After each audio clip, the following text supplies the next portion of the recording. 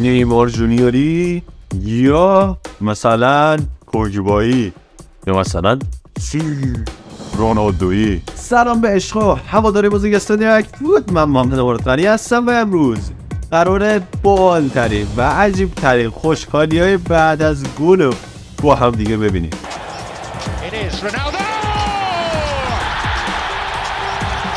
خیلیاتون گفتید آقا چرا اینقدر تو ویدیو حرف میزنی؟ خب من چیکار کنم؟ باید حرف بزنم، ولی عوضش این ویدیو قراره 6 تا از بی‌نظیر ترین خوشحالی بعد از گل دنیا رو ببینیم و بعد اصلا که نه نخوام دروغ بگم، یه ذره میخوام بینش رو صحبت کنم. پس بریم که ببینیم. ولی قبلش بین اینا قراره مسابقه بزنیم که از بین هر 3 دسته، یعنی تو هر دسته 2 تا ویدیو خوشحالی بعد از گل دارید. از هر بین 3 دسته یکی رو انتخاب میکنید و اون 3 تا از بین اون 3 تا هم باز یکی دیگر انتخاب کنید و اون رو برای من کامنت کنید. پس بریم که شروع کنیم.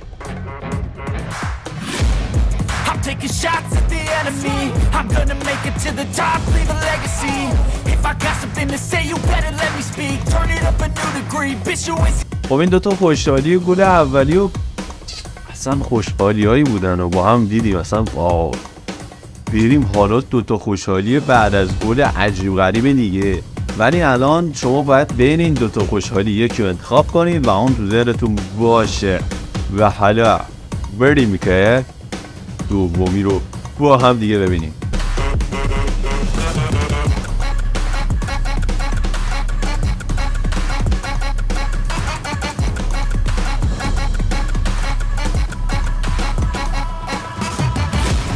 خب اینم از دسته دوم که 2 تا خوشحالی عجیب غریب با هم دیدیم و واقعا هم خوب بودن و بین این 2 تا هم یکیشون انتخاب کنید. خب انتخاب کردید، تمام شد.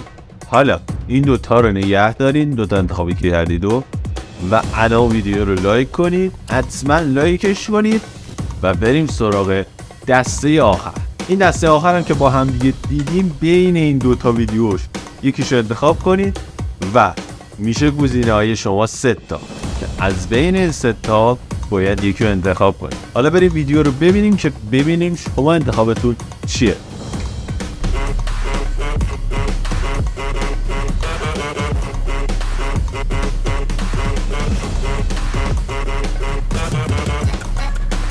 خب این 3 تا گل عجیب غریب با هم دیگه دیدیم، خیلی خوب بودن واقعا.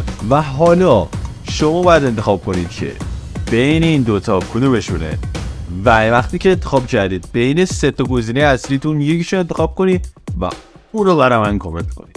افتاد یعنی افتاد. وقتی که اون رو برای من کامنت کردید این ویدیو رو هم لایک کنید و کانال منم سابسکرایب کنید و اون زنگوله رو هم بزنید روی آد و مردم ببخشید و اون زنگوله رو هم بزنید روی آد و منتظر ویدیو بعدی من باشید. خیلی ممنون که تا آخر ویدیو همراه من بودید و دیگر هیچ وقت به امیدهای دیدارهای فوتبالی تا ویدیو بعد.